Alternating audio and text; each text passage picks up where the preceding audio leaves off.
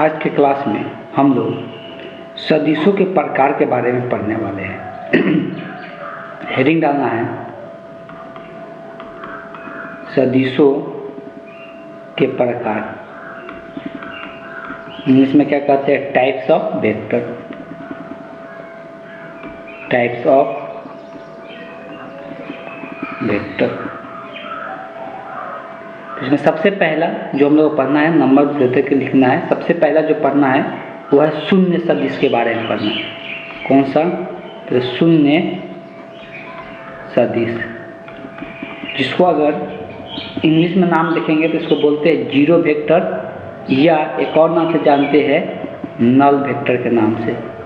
शून्य सदिश को हम लोग जीरो वेक्टर या नल वेक्टर के नाम से जानते हैं। तो शून्य सदिश क्या होता है? तो जिस सदिश का, लिख सकते हैं, जिस सदिश का प्रारंभिक तथा अंतिम बिंदु एक ही हो,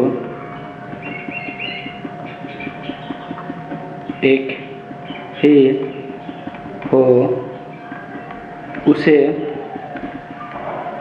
शून्य सदिश कहते हैं।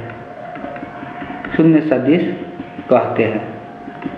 तो देखो, वैसा सदिश जिसका पार नहीं, मतलब जहाँ शुरू हो रहा है वहीं पर क्या हो जाए? अंत हो जाए। यहाँ शुरू हुआ और यहीं पे अंत हो गया, तो ये इसको हम लोग क्या कहते हैं? शून्य सदिश के नाम से जानते हैं। और शून्य सदिश को कैसे दर्शाते हैं?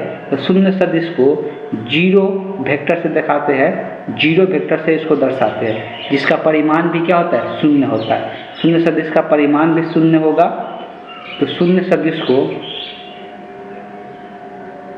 लिख सकते हैं संकेत। तो कैसे दर्शाते हैं? तो वेक्टर ओ से दर्शाते हैं। इसका परिमाण का अगर बात करेंगे, परिमाण, तो शून्य सदिश का अगर परिमाण को दर्शाते हैं तो उसका मान कितना होता है? शून्य होता है, जीरो होता है। इसलिए इसका कोई भी लेंथ, लंबाई नहीं होता है। बहुत सिंपल है। इसलिए चलते हैं अगला 2 नंबर हम लोग पढ़ेंगे, मात्रक सदिश, जो कि ये आगे चल के बहुत ज़्यादा इंपॉर्टेंट होने वाला है। मात्रक सदिश, मात्रक सदिश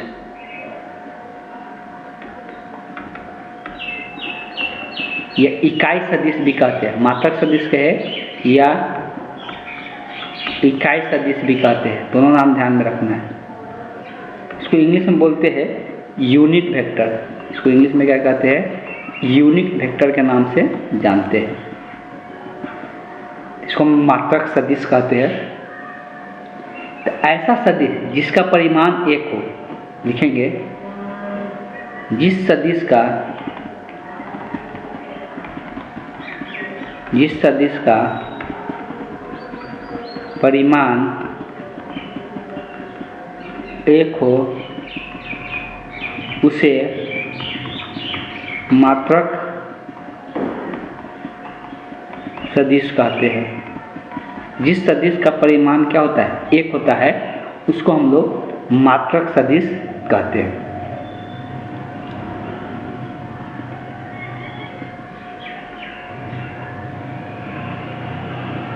तो मात्रक सदिश को कैसे दर्शाते हैं? संकेत का बात करेंगे, मात्रक सदिश का सिंबल का बात करेंगे। तो मान ले कोई मात्रक सदिश ए है, तो उसको हम लोग ए कैप से दर्शाते हैं। उसको हम लोग क्या करते हैं? ए कैप से दर्शाते हैं। अब मात्रक सदिश निकालने का तरीका क्या है? मात्रक सदिश हम लोग किस प्रकार से निकालते हैं? तो यहाँ पर एक चीज एग्जाम्पल लेते हैं, ये लिख देते हैं, यदि कोई सदिश ए है तो उसका मात्रक सदिश ए कैप से दर्शाते। इसका मान कैसे निकलता है? तो उस सदिश को उसके परिमाण से भाग कर देते हैं, तो हम लोग क्या निकल के आ जाता है? मात्रक सदिश निकल के आता है। अगर किसी सदिश का मात्रक सदिश निकालना है तो उसके परिमाण से क्या कर दे, भाग कर दे, तो क्या निकल के आ जाता है, मात्रक सदिश निकल के आ जाता है। इस बात को ध्यान में रखना है। जिसकी लंबाई कितना होता है, 1 होता है। इसको डायग्राम से दिखाना चाहेंगे। अगर किसी सदिश है, सदिश का अगर लंबाई मान लो किसी भी मात्रक में, अगर ये a है और ये b है और इसका लंबाई यहाँ से यहाँ तक मान लेते 1 सेंटीमीटर है। कितना है, 1 सेंटीमीटर है। तब इसको हम लोग क्या कहेंगे, इसको हम लोग मात्रक सदिश कहेंगे। तो जिसका लंबाई 1 सेंटीमीटर या 1 मीटर हो उसको हम लोग क्या कहेंगे, मात्रक सदिश के नाम से जानते हैं। चलिए चलते हैं, 3 नंबर दे के हेडिंग लेना है। 3 नंबर में लिखना है सह आदिम सदिश। क्या लिखना है, सह आदिम सदिश। इसको इंग्लिश में हम लोग क्या कहते हैं, को इनिशियल वेक्टर्स। सह आदिम सदिश इसको इंग्लिश में कहते हैं को इनिशियल वेक्टर। तो देखो इसमें लिखना है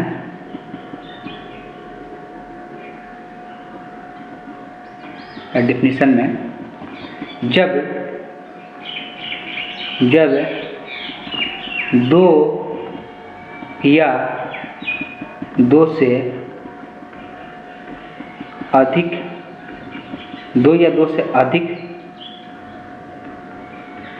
सदिश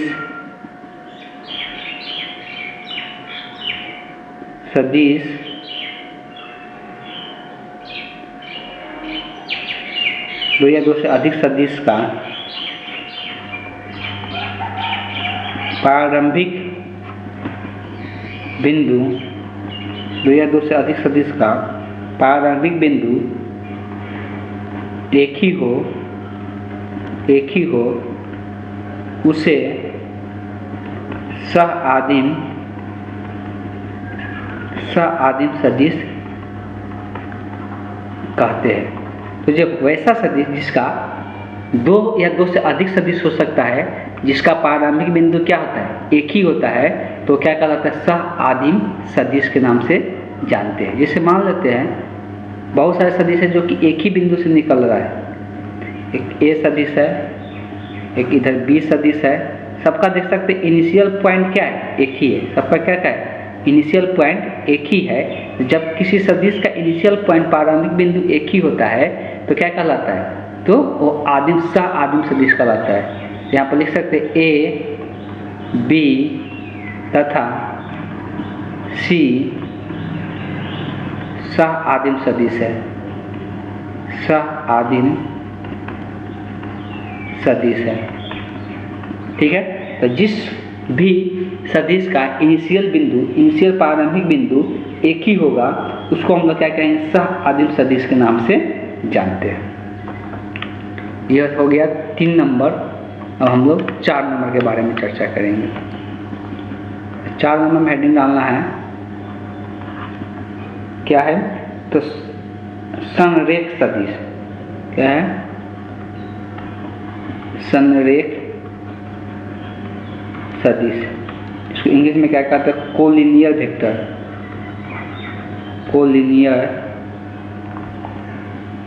कोलिनियर वेक्टर्स। तो संरेख सदिश हम लोग किसको कहेंगे, 2 या 2 से अधिक सदिश या एक ही रेखा के समांतर हो। क्या हो, 2 या 2 से अधिक सदिश एक ही रेखा के समांतर हो, वे संरेख सदिश कहलाते हैं। जब 2 या 2 से अधिक सदिश या तो एक ही रेखा पर हो या एक ही रेखा के समांतर हो उसको हम लोग क्या कहेंगे, संरेख सदिश कहेंगे। लिखेंगे, जब 2 या 2 से अधिक सदिश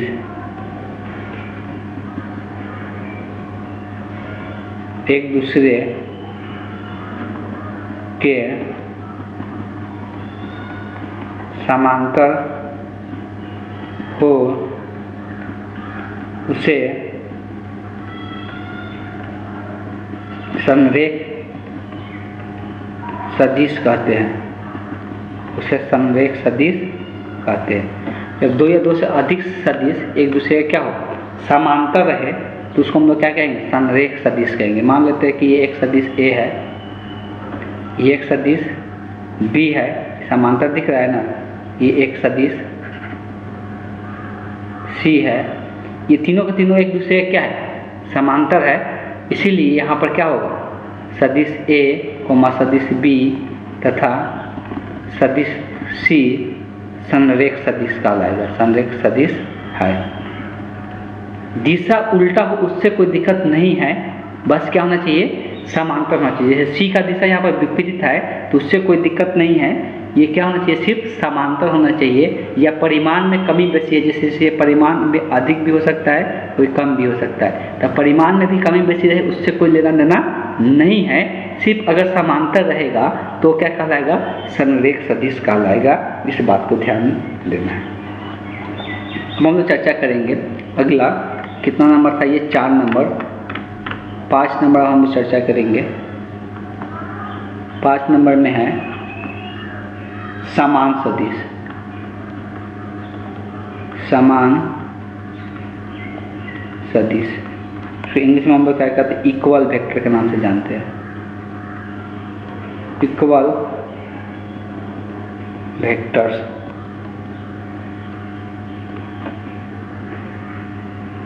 इक्वल वेक्टर किसको कहते हैं, जब दो या दो से अधिक सदिश या दो सदिश समान, दोनों सदिश का क्या हो, समान दिशा हो, तथा परिमाण और दिशा दोनों समान होना चाहिए। जब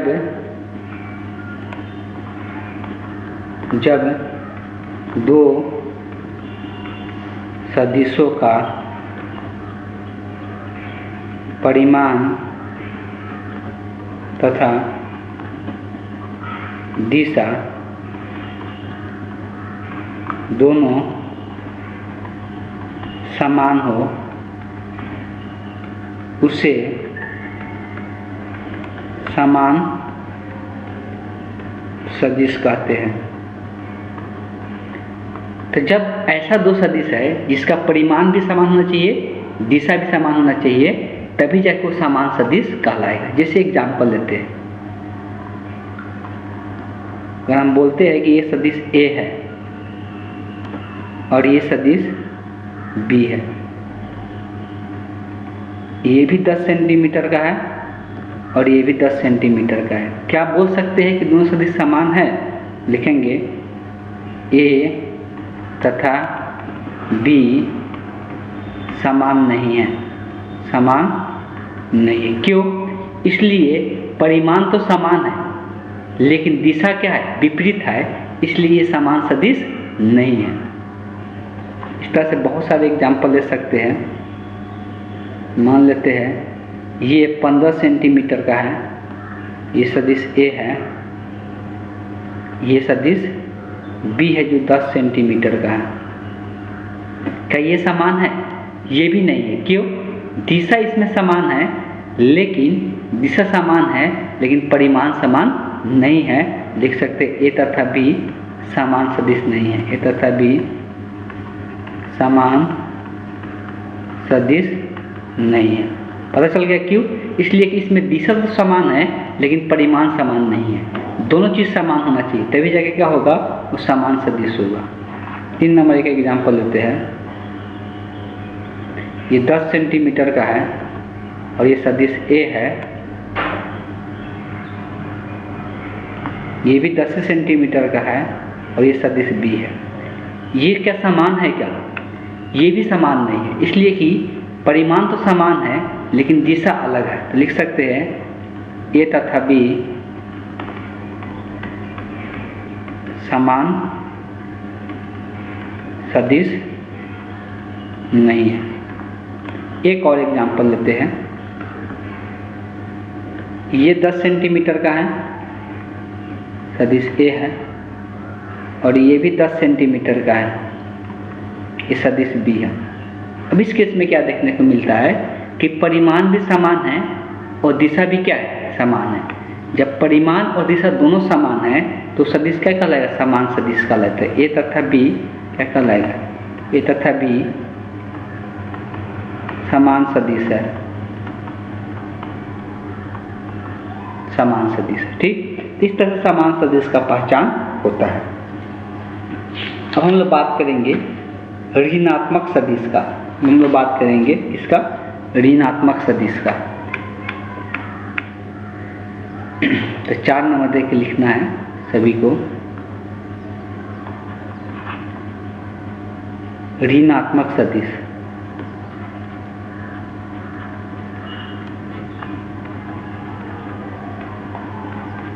इसको इंग्लिश में हम लोग क्या कहते हैं? Negative of A vector. एक वेक्टर का निगेटिव वेक्टर क्या होगा?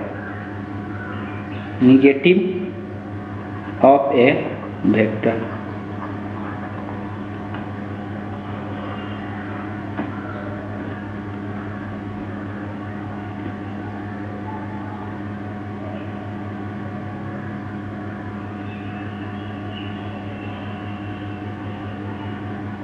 इसमें थोड़ा ज़्यादा लिखना है, सभी को लिखना है। एक सदिश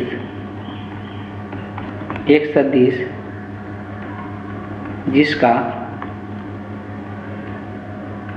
परिमाण दिए हुए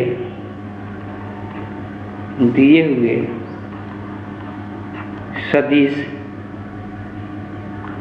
के समान है,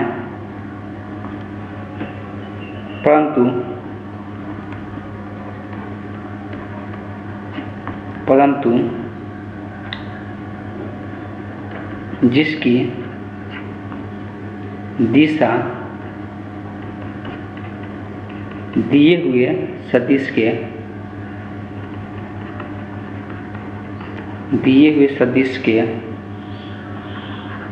की दिशा दिए हुए सदिश की विपरीत दिशा है, विपरीत दिशा है, तब वह ऋणात्मक सदिश कहलाता है। तब वह ऋणात्मक सदिश कहलाता है।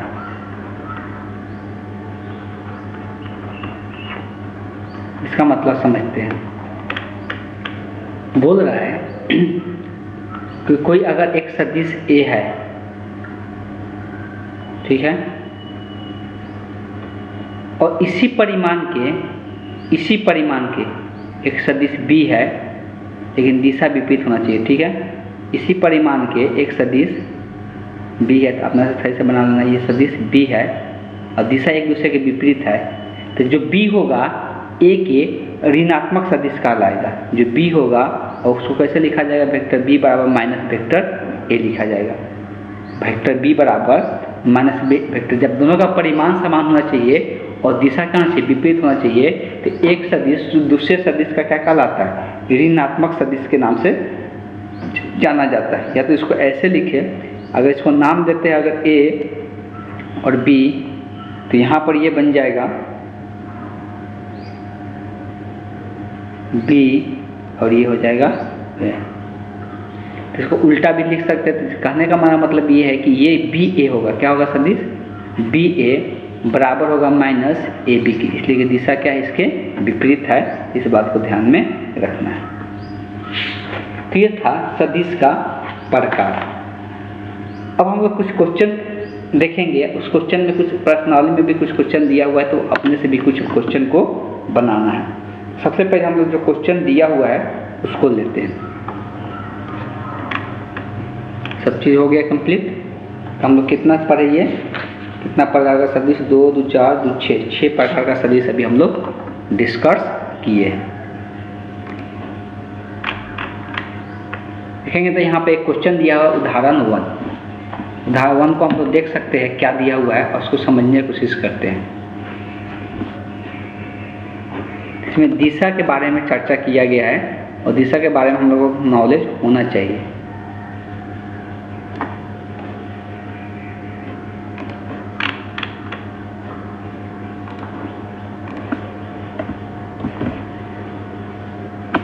बात किया जा रहा है कि दक्षिण से 30 डिग्री पश्चिम, दक्षिण से 30 डिग्री पश्चिम बोला जा रहा है। तो जब भी दिशा का बात करते हैं ना, तो पहले दिशा के बारे में हम लोग को नॉलेज होना चाहिए कि दिशा हम लोग बोर्ड पे या कॉपी पे किस प्रकार से दर्शाते हैं। तो दिशा को अगर दर्शाने का बात किया जाए तो इधर दर्शाया जाता है ईस्ट को, इधर वेस्ट होता है, और नीचे में साउथ होता है जिसको हम लोग दक्षिण कहते हैं, और ऊपर में क्या होता है, तो ऊपर में साउथ, इधर नॉर्थ होता है। ठीक है, तो यहाँ पर दक्षिण से, दक्षिण कौन है, ये है, दक्षिण से 30 डिग्री पश्चिम, दक्षिण से 30 डिग्री पश्चिम। जब भी दक्षिण से 30 डिग्री पश्चिम कहेगा तो एंगल जो बनेगा पश्चिम से 30 डिग्री से, पश्चिम से क्या करना है, 30 डिग्री लेना है और एक सदिश ड्रॉ करना है, इसका आलेख ड्रॉ करना है। तो ये 30 डिग्री लेते हुए एक हम लोग सदिश ड्रॉ करेंगे, ये 30 डिग्री, यही आलेख क्या कर रहा है, आलेखीय निरूपण दिखाना था।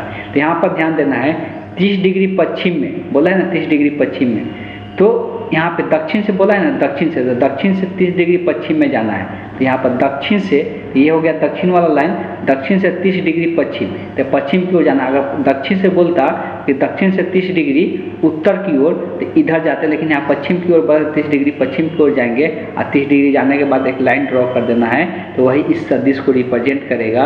और इसमें विस्थापन कितना दिखाना है, 40 डिग्री, मतलब ये कितना किलोमीटर की दूरी पर गया है। तो ये 30 डिग्री से होते हुए 40 किलोमीटर दूरी तय किया गया है विस्थापन। विस्थापन हमेशा कैसा होता है, सीधा होता है, टेढ़ा नहीं होता है। तो ये सभी इसको रिप्रेजेंट कर रहा है। बस यही डायग्राम को दिखा देना था और कुछ नहीं करना था। ठीक है, अगला क्वेश्चन देखते हैं। तो थोड़ा सा इंटरेस्टिंग क्वेश्चन है, उसको हम लोग लेंगे। उसमें सदिश और अदिश बताना है। दिया हुआ है कि निम्नलिखित में मापों में अदिश और अदिश के रूप में श्रेणीबद्ध कीजिए, कौन कौन इसमें से अदिश राशि है, कौन कौन सा इसमें से अदिश है बताना है। बहुत आसान है, थोड़ा सा नॉलेज होना चाहिए, बस आसानी से बता सकते हैं। निम्नलिखित में सदिश कौन कौन सा है। तो देखो यहाँ पर सबसे पहले मात्रक पर ध्यान देना है। यहाँ पर बात करेंगे तो पहला क्वेश्चन में ये क्या दिया हुआ है, 5 सेकेंड। समय का कोई दिशा नहीं होता है। आप हम लोग दिशा बताते हैं, जब भी समय बताते हैं, समय का कोई दिशा नहीं होता है। तो समय जो है वो सदिश नहीं है। समय जो है वो क्या है, सदिश नहीं है। जो सदिश नहीं होता है तो वो उसका कोई समय अदिश कहलाता है। जो सदिश नहीं होता है वो क्या होता है, अदिश होता है। ये सेकेंड को दर्शा रहा है, इसलिए ये क्या हो जाएगा, अदिश हो जाएगा। 2 नंबर देखेंगे, ये सेंटिंग आयतन को बताया जा रहा है। आयतन कभी दिशा नहीं बताता है। आयतन में कभी हम लोग दिशा देखते हैं कितना कौन सा दिशा में आयतन है, ये कभी नहीं होता है। तो ये भी क्या हो जाएगा, अदिश हो जाएगा। ये भी क्या हो जाएगा, अदिश हो जाएगा। वैसे बात करेंगे, ये बल का मात्रक को दर्शा है। न्यूटन क्या होता है, बल के मात्रक होता है। अब बल हम लोग को पता है कि दिशा बताता है। बल क्या करता है, दिशा बताता है, इसलिए बल जो है वो क्या कहलाएगा, सदिश कहलाएगा। बल जो है सदिश कहलाएगा। 4 नंबर आते हैं। अब देखो यहाँ पर किलोमीटर पर दिया हुआ है, किलोमीटर पर आवर दिया हुआ है। अब जब तक यहाँ पे ये नहीं बात करेगा, ये चाल को दर्शा रहा है। चाल और दूसरा होता है वेग। तो वेग को जब भी बताएगा ना, तो वेग में हमेशा दिशा को इंडिकेट करेगा, किस दिशा में चल रहा है गाड़ी। लेकिन सिर्फ अगर दिशा नहीं बता रहे मतलब वो चाल है। और जब चाल रहता है तो क्या होता है, अदिश होता है। इसमें दिशा बताता है कि पश्चिम की ओर जा रहा है कि दक्षिण की ओर जा रहा है, तब जाके इसको हम लोग क्या कहते हैं, सदिश कहते हैं। ग्राम पर सेंटीमीटर क्यूब क्या होता है, तो ये तो घनत्व है। घनत्व तो हमेशा अदिश राशि होता है, इसका कोई दिशा नहीं होता है। तो ये हम लोग क्या हो जाएगा, ये भी अदिश हो जाएगा। अब बच्चा क्या, यहाँ पर देखो, यहाँ पर दिया है मीटर पर सेकेंड, ये चाल का मात्रक है। ये वेग कहलाएगा, क्यों, इसलिए कि इसमें दिशा दे दिया, उत्तर की ओर दिया है ना दिशा। और जब दिशा दे दिया तो ये सदिश राशि हो गया। तो जब भी चाल में दिशा ऐड कर देता है तो वेग बन जाता है, और वेग क्या होता है, सदिश राशि होता है। इस बात को ध्यान देना है। तो ये क्या हो जाएगा, सदिश हो जाएगा। अब अगर बात करेंगे इसमें का पर्सनॉलिटी का कोई भी क्वेश्चन बताने लायक नहीं है, ये आसानी से अपने से कर सकते हैं जो इसमें दिया हुआ है। एक और है एग्जाम्पल 3, उसको पहले देख लेते हैं। उसके बाद जो पर्सनॉलिटी बचेगा वो अपने से कर सकते हैं आप लोग। पहले उदाहरण 3 देख लेते हैं। उदाहरण 3 में बेसिकली एक डायग्राम दे दिया है। उदाहरण 3 में एक डायग्राम दिया हुआ है। इस डायग्राम को पहले लेते हैं।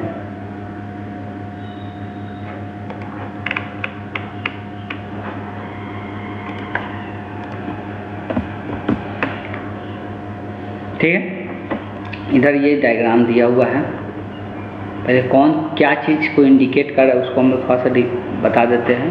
ये इधर एरो मार्क है, ठीक है। ये देखो यहाँ पे 2 लाइन ऐसे ड्रॉ किया गया है, मतलब ये वाला लंबाई इस वाले लंबाई के क्या है बराबर है। यहाँ पर भी 2 लाइन किया गया है ना, इसका मतलब ये वाला लंबाई जो है बी वाला सदिश का लंबाई और जो डी वाला सदिश का लंबाई दोनों का बराबर है। और यहाँ पे एक एक डॉट किया गया है, मतलब ए वाला की लंबाई सी वाला के क्या है बराबर है। अब पूछा है कि अब इसमें इस आकृति को देख के बता दें कि कौन कौन संरेख है। संरेख का मतलब हम क्या बताए थे, जो भी समांतर होगा वो सबके सब संरेख होगा, जो भी समांतर होगा वो क्या होगा संरेख होगा। तो देखो ए और सी के साथ क्या है समांतर है, ए और सी एक दूसरे के क्या है समांतर है। तो ए और सी और डी भी क्या है समांतर है। यहाँ पर ए के समांतर डी है, इसका मतलब ए सी डी तीनों के तीनों क्या होगा, तो तीनों के तीनों संरेख होगा, इसलिए तीनों एक दूसरे के एक ही दिशा, एक ही मतलब दिशा नहीं बोल सकते, एक दूसरे के समांतर है। समांतर मतलब यही होता है ना कि एक ही लाइन पर रहे या ऐसे रहे, तो ये तो समांतर है। तो इसमें ए बी नहीं ए सी तथा डी संरेख है, संरेख है, ठीक है। दूसरा पूछा है समान। समान में वही समान होता है जिसका परिमाण भी समान हो, दिशा भी समान हो। तो सिर्फ देख सकते हैं ए और सी का परिमाण भी समान है और दिशा भी देख सकते हैं, दोनों का यहाँ पर ऊपर में ही दिख रहा है, सेमी दिशा दिख रहा है और परिमाण भी समान है। तो ए और सी क्या कहलाएगा, समान सदिश कहलाएगा। ए तथा सी समान है, ए तथा सी क्या है समान है। सह आदिम सदिश किसको कहते हैं, तो वैसा सदिश जिसका प्रारंभिक बिंदु एक ही हो। अब देखो ए और बी का प्रारंभिक बिंदु एक ही है क्या, नहीं है, इसलिए कि ए का प्रारंभिक और बी का अंतिम बिंदु एक ही है, ठीक है। तो ये सह आदिम सदिश नहीं कहलाएगा। लेकिन बी का प्रारंभिक बिंदु यहाँ है, सी का भी प्रारंभिक बिंदु यही है और डी का भी प्रारंभिक बिंदु यही है। तो बी सी डी का प्रारंभिक बिंदु एक ही है, तो ये क्या कहलाएगा, सह आदिम सदिश कहलाएगा। तो लिख सकते हैं यहाँ पर 3 नंबर में कि वेक्टर बी कोमा सी तथा डी सह आदिम है, सह आदिम सदिश है या सह आदिम है, सह आदिम है। क्यों है पता चल रहा है कि ये तीनों का प्रारंभिक बिंदु एक ही है, तीनों का प्रारंभिक बिंदु एक ही है, तो क्या कहलाएगा, सह आदिम सदिश कहलाएगा। अब आप प्रश्नावली को देख सकते हैं और खुद ही क्या कर सकते हैं, इसको सॉल्व कर सकते हैं। आप प्रश्नावली को देख सकते हैं और इसको सॉल्व कर सकते हैं। सब उसी प्रकार का क्वेश्चन इसमें भी पूछा गया, इसमें बताने लायक कुछ है नहीं, और कुछ नहीं बनेगा तो नेक्स्ट क्लास में पहले बता देंगे, तब जाके हम लोग आगे सॉल्व करेंगे। तो आज की क्लास को हम यहीं पे एंड करते हैं।